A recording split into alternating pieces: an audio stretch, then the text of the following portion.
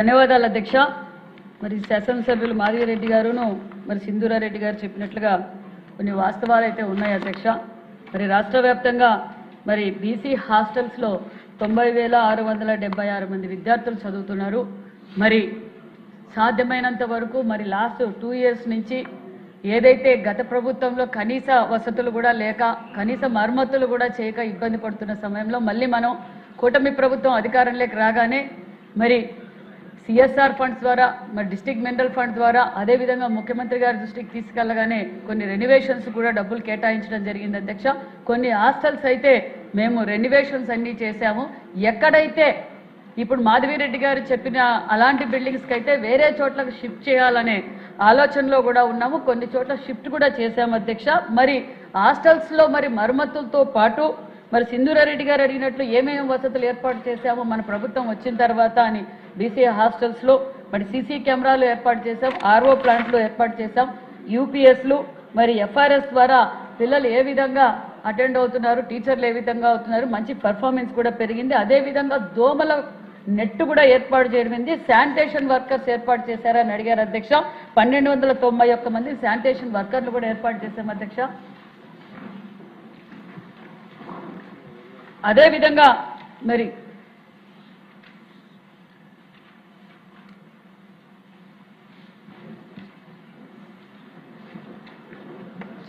అదేవిధంగా కుక్కు కమాటీలు అడిగారు అధ్యక్ష. కుక్కు కమాటీలు కూడా 113 మందిని కుక్కు కమాటీలు కూడా ఏర్పాటు చేయడం జరిగింది అధ్యక్ష. అంతేకాకుండా 26-27 సంవత్సరం బడ్జెట్లో మరి ఓన్లీ బీసీ హాస్టల్స్ రిపేర్ల కోసం కూడా మరి 20 కోట్ల రూపాయల నిధులు కూడా కేటాయించడం జరిగింది అధ్యక్ష.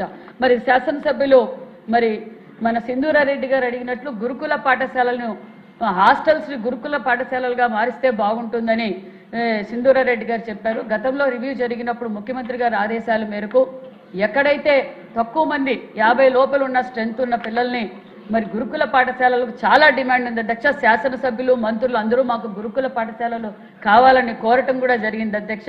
ఏదైతే మీరు గతంలో ఇందాక చెప్పారు అధ్యక్ష, అన్న నందమూరి తారక రామారావు గారు ప్రారంభించిన గురుకుల పాఠశాలలు మరి రాష్ట్రం విడిపోయినప్పుడు 32 మాత్రమే ఉన్నాయి అధ్యక్ష. మళ్ళీ మన రాష్ట్రం విడిపోయిన తర్వాత మరి బీసీల పక్షపాతి చంద్రబాబు నాయుడు సార్ ముఖ్యమంత్రిగా ఉన్నప్పుడు 75 గురుకుల పాఠశాలలు శాంక్షన్ చేశారు అధ్యక్ష. ఆ తర్వాత మరి 25 బిల్డింగులకి 40 కోట్ల రూపాయలతో శాంక్షన్ చేయడం కూడా జరిగింది. ఆ బిల్డింగులు మరి 70-80% కూడా పూర్తి అయినవి కూడా జరిగింది అధ్యక్ష. మరి ఇప్పుడు ఆ 5 సంవత్సరాల్లో దాన్ని కూడా గాలికి వదిలేయడంతో మళ్ళీ ముఖ్యమంత్రి గారి దృష్టికి తీసుకెళ్తే ముఖ్యమంత్రి గారు అవి ఏవైతే గోనిబావి, మడకసిర, రొద్దం మరి పులివెందల ఇవన్నీ మరి దగ్గరలోనే బిడ్డలకు అంకితం చేయబోతున్నాం అధ్యక్ష. మరి సింధూరారెడ్డి గారు కోరినట్లుగా మరి సెకండ్ ఫేజ్లో కూడా మరి ఏదైతే మధ్యలో ఆగిపోయినావో అవి కూడా పూర్తి చేయడానికి కూడా మరి ప్రతిపాదనలు కూడా పంపించాం అధ్యక్ష. అదే కాకుండా మరి ముఖ్యమంత్రి గారి దృష్టికి తీసుకెళ్తానే మరి బీసీ బిడ్డలు చదువుకోవడానికి గురుకుల పాఠశాలలు కావాలంటే మొన్న సంవత్సరమే లాస్ట్ ఈ బ్యాచ్కే 10 గురుకుల పాఠశాలలు కూడా కొత్తవి ఏర్పాటు చేశాం అధ్యక్ష. కొత్తవి మరి 5 ఉత్తరాంధ్రకు, రాయలసీమకు 5 కూడా శాంక్షన్ చేశాం. అలాగే పాఠశాలలుగా ఉన్నవి కళాశాలలుగా కూడా బాలికలు ఎక్కడ డ్రాప్ అవుట్స్ కాకూడదన్న ఉద్దేశంతో మరి కళాశాలలు కూడా 6 అప్గ్రేడ్ కూడా చేశామన్న విషయం కూడా తెలియజేస్తూ కొత్త భవనాల కోసం కూడా 500 కోట్లు శాస్త్రీయ నిధులతో ఎంజేపీ గురుకుల పాఠశాలలు ఏర్పాటు చేయడానికి కూడా మరి శాంక్షన్ చేశారన్న విషయం కూడా మీకు తెలియజేస్తున్నాం అధ్యక్ష. ధన్యవాదాలు అధ్యక్ష. క్వశ్చన్ నెంబర్ 1774 పురపాలక శాఖ మంత్రి. అధ్యక్ష, శాసనసభ్యులు విష్ణుకుమార్ రాజు గారు అడిగిన ప్రశ్నకు అధ్యక్ష 8/7/2026 వారు అప్లికేషన్ ఇవ్వడం జరిగింది అధ్యక్ష. ఆ అప్లికేషన్ ఏంటంటే బిల్డింగ్ కాంట్రాక్ట్స్ అసోసియేషన్ వారు ఒక స్టేట్ ఆఫీసు కన్వెన్షన్ సెంటర్ కట్టడానికి 5 ఎకరాల ల్యాండ్ అడిగారు అధ్యక్ష. అయితే అధ్యక్ష అమరావతి సిఆర్డీఏ దీంట్లో ల్యాండ్స్ అలాట్ చేయడంలో జీవో నెంబర్ 228 15/6/2017 రూల్ 5 ప్రకారం అదేవిధంగా 15/6/2017 రెగ్యులేషన్స్ జీవో నెంబర్ 229 ప్రకారం ఈ యొక్క ఇలా ఏదైతే వారు బిల్డింగ్ కాంట్రాక్ట్స్ అసోసియేషన్ అడిగారో వాళ్ళకి అలాట్ చేయడానికి లేదు అధ్యక్ష. అందువల్ల అలాట్ చేయలేదు అధ్యక్ష. ఓకే అండి.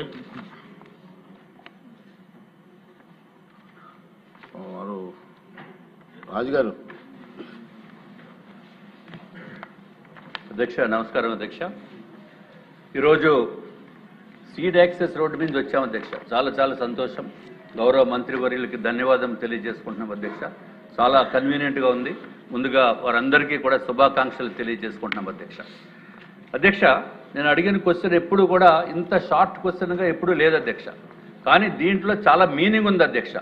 గౌరవ మంత్రివర్యులు చెప్పారు ఇది ప్రైవేట్ ఆర్గనైజేషన్కి ఇవ్వటానికి లేదు అని చెప్పి సింపుల్గా చెప్పారు అధ్యక్ష. ఓ జీవో నెంబర్ రాశారు అధ్యక్ష. మనసుంటే ఏదైనా ఉంటుంది అధ్యక్ష. కానీ మన మంత్రివర్యులకి గౌరవ మంత్రివర్యులకి నేను కోరేది ఏంటంటే అధ్యక్ష, ఈ capital Amaravati capital building constructions చేసేది నవరత్నాల లాంటి కాంట్రాక్టర్స్ ఉన్నారు, అది వేరే విషయం అధ్యక్ష. కానీ రాష్ట్రంలో సబ్కా అని state of Andhra Pradesh building contractors association అని చెప్పి అధ్యక్ష, దాంట్లో 4,000 మంది కాంట్రాక్టర్స్ రిజిస్టర్డ్ కాంట్రాక్టర్స్ ఉన్నారు అధ్యక్ష. చిన్న కాంట్రాక్టర్స్ మన పెద్దవాళ్ళే కనపడతారు కానీ చిన్న కాంట్రాక్టర్స్కి మరి ఏమాత్రం కూడా అవకాశం లేనటువంటి పరిస్థితి అధ్యక్ష. ఇది ఒక్కటే 4,000 మంది రిజిస్టర్డ్ కాంట్రాక్టర్సే కాకుండా 6,000 మంది ఎఫిలియేటెడ్ మెంబర్స్ కూడా దాంట్లో ఉన్నారు అధ్యక్ష. అంటే ఈ రాష్ట్రంలో 10,000 మంది ఉన్నారు అధ్యక్ష. This is not a private organisation అధ్యక్ష. దీనికి it is registered under societies act 431/2019 అధ్యక్ష. I'm repeating 431/2019. It is a registered societies act కింద రిజిస్టర్ అయిన బాడీ అధ్యక్ష. మేము అడిగింది దేని గురించి అధ్యక్ష? కాంట్రాక్టర్స్ అడిగింది ఎంతో దూరం నుంచి వచ్చి చిన్న కాంట్రాక్టర్స్ వాళ్ళు ఉండటానికి వసతి లేక, ఉండాలనుకుంటే డబ్బులు లేక, పేమెంట్స్ లేక నానా దుర్భరమైన పరిస్థితుల్లో ఉన్నారు అధ్యక్ష. కాబట్టి ఇక్కడ ఏదైనా స్టేట్ మీరు ఏమైనా బిల్డింగ్ సైట్ ఒక్కటే ఏమన్నా నామినల్ రేట్కి ఇమ్మని చెప్పి ఈ కాంట్రాక్టర్స్ రిక్వెస్ట్ చేస్తున్నారు అధ్యక్ష. అంతేగాని డబ్బులు బిల్డింగ్ కన్స్ట్రక్షన్కి ఇమ్మని చెప్పి డబ్బులు ఏమి ఇమ్మని అడగట్లేదు అధ్యక్ష. దీనికి ఇందాక చెప్పిన మంత్రివర్యులు చెప్పినట్టు స్టేట్ ఆఫీస్కి, ఒక కన్వెన్షన్ సెంటర్స్కి, అలాగే ఒక స్కిల్ డెవలప్మెంట్ సెంటర్కి వాళ్ళ అకామిడేషన్ గురించి అడుగుతున్నారు అధ్యక్ష. ఇది ఒకటే కాకుండా అధ్యక్ష ఇంకొక రిక్వెస్ట్ ఏంటంటే ఇది మాకు రూల్స్ పర్మిట్ చేయవని అంటున్నారు అధ్యక్ష. సరే, దానికి తప్పనిసరిగా దీన్ని ఆలోచించవలసిన అవసరం ఉంది అధ్యక్ష.